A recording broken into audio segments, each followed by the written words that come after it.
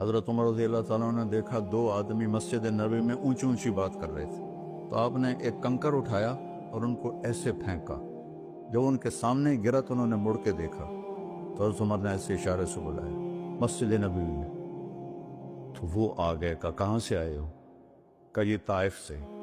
कहा अगर तुम मदीना के होते तो मार मार के तुम्हारे चेहरे में खूनी कर देता, तुम नबी की मस्जिद में ऊंची आवाज से बोल रहे हो। हम ये सारी मस्जिदें मस्जिद नबवी से जुड़ी हुई हैं, बैतुल्ला से जुड़ी, इनमें नारे कभी जिंदाबाद कभी मुर्दाबाद। ये क्या उम्मत ने तरीका अपना लिया है। सुल्तान अब्दुल मजीद ने जब मस्जिद नबवी बनाई, जो सेकंड लास्ट था तुर्की बादशाह, तो उसने सारी दुनिया से कारीगर बुलाए, उनको इस्तांबुल में एक बस्ती में ठहराया और कहा अपने हर हुनर वाला अपने बच्चे को हाफिज बनाए और अपना हुनर सिखाए। तो सब ने एक एक बच्चा हाफिज बनाया, अपना तामीराती हुनर सिखाया। तो 3000 हुफ्फाज और कारीगर तैयार हुए। उनको सुल्तान अब्दुल मजीद ने मदीना भेजा और उन्होंने मस्जिद नबवी की तामीर शुरू की। सारा हर पत्थर पे कुरान पड़ा हुआ है, जो पुरानी मस्जिद है। और जब कोई पत्थर रखते थे और वो थोड़ा बड़ा होता था, उसके मुताबिक नहीं होता था, तो वहाँ निशान लगाते, और वहाँ भी तराश सकते थे तेशे के साथ। निशान लगाते, जिस बस्ती में वो ठहरे हुए थे वहाँ वो पत्थर वापस जाता, वहाँ उसकी काट तराश करके फिर वापस भेजा जाता, फिर उसे लगाया जाता, फिर वो थोड़ा सा ज्यादा होता, फिर वहीं जाता था और वहां जाके ताकि ठक ठक की आवाज मेरे नबी को तकलीफ न दे। मेरे नबी तो अपनी कब्र में जिंदा है, ताकि उनको तकलीफ ना हो। तो फिर उसको वापस ला के फिर जोड़ा जाता था। ऐसे ही बैतुल्ला बना, वो जो पुराना अब उन्होंने गिरा के नैब कर दिया। तो हर पत्थर पे कुरान पढ़ा गया है, हर पत्थर पे। और मस्जिद का अदब ऐसा था। फिर उसके बाद ये नई मस्जिद, हर साल मैं जाता था, मैं देखता था वो कारीगर सिगरेट पी रहे होते थे, धुआं उड़ा रहे होते थे, वो साथ तामीर कर रहे होते थे। न वो इश्क में रही गर्मियाँ, न वो हुस्न में रही शोखियाँ, न वो गज़नवी में तड़प रही, न वो खम है जुल्फ़ अयाज़ में। वो ज़माना ही बदल गया। वो मुसलमान आए वो शाख गए वादा फरदा लेकर, अब उन्हें ढूंढ चरागे रुख ज़ेबा लेकर। तो हमें कमरी साल दिया गया। इसकी वजह मुझे समझ आई 2014 में, जब मैं नॉर्वे गया।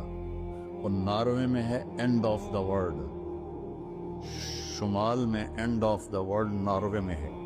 मैं वहां गया। उस इलाके में 2 महीने सूरज निकलता नहीं और 2 महीने डूबता नहीं। तो कैलेंडर जो शमसी है वो फेल हो जाता है। रात है लेकिन सूरज निकला हुआ, पता नहीं दिन है या रात। दिन है, सूरज निकला हुआ, पता नहीं दिन है या रात है। तो कई इलाके हैं ऐसे ऊपर शुमाल में जहां सूरज का कैलेंडर फेल हो जाता है। तो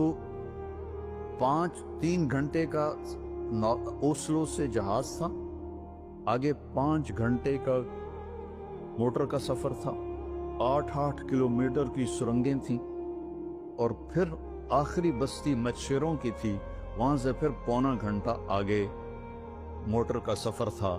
तो जब हम वहां पहुंचे तो वो जून जुलाई सूरज डूबता नहीं, 1 अगस्त को डूबना शुरू करता है। और हम 4 अगस्त को पहुंचे, और शुरू में बस 1 तारीख को ऐसे डूबता है, ऐसे निकल आता है। फिर 2 को थोड़ा सा वक्फा करता है, 3 को थोड़ा सा वक्फा करता है। 4 अगस्त को 20 मिनट की रात, चूंकि मैं 4 अगस्त को क्यों, मुझे याद है, 4 अगस्त को 20 मिनट की रात।